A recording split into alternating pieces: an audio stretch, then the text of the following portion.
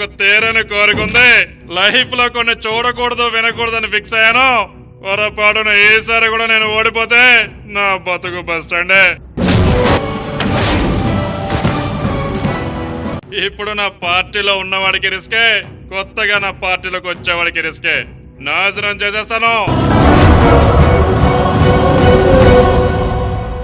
నాన్నగారిని వెన్నుపోటు పొడిచావు, మేమెంత?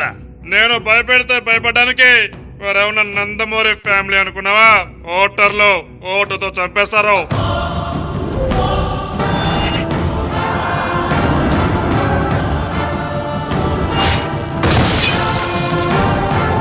ఈసారి సీఎం కాదు కదా, అసెంబ్లీ గేటు కూడా తాకినిచ్చినట్లేరు.